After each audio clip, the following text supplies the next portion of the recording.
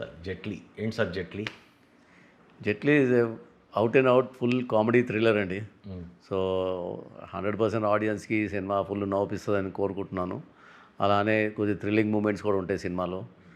మంచి స్టోరీ ఉంది ఇందులో. సో ఆ స్టోరీ ఆర్క్ కూడా కంఫర్టబుల్గా నీట్గా ఎంత ఉండాలో అంతవరకు ఉంది.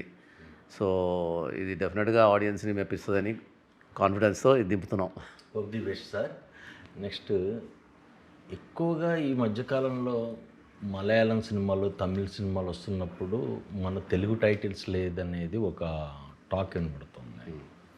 మన తెలుగు సినిమాకి మన తెలుగు ప్రొడ్యూసర్, తెలుగు హీరోలు టైటిల్ ఏంటి? టైటిల్ అనేది purely out and out director description అండి. అది ఈ సినిమా మీరు చూసిన తర్వాత మీకు ఈ సినిమాకి జెట్లీ అనే టైటిల్ కొంచెం యాప్ట్ అనేది డెఫినెట్గా మీకు అనిపిస్తుందండి.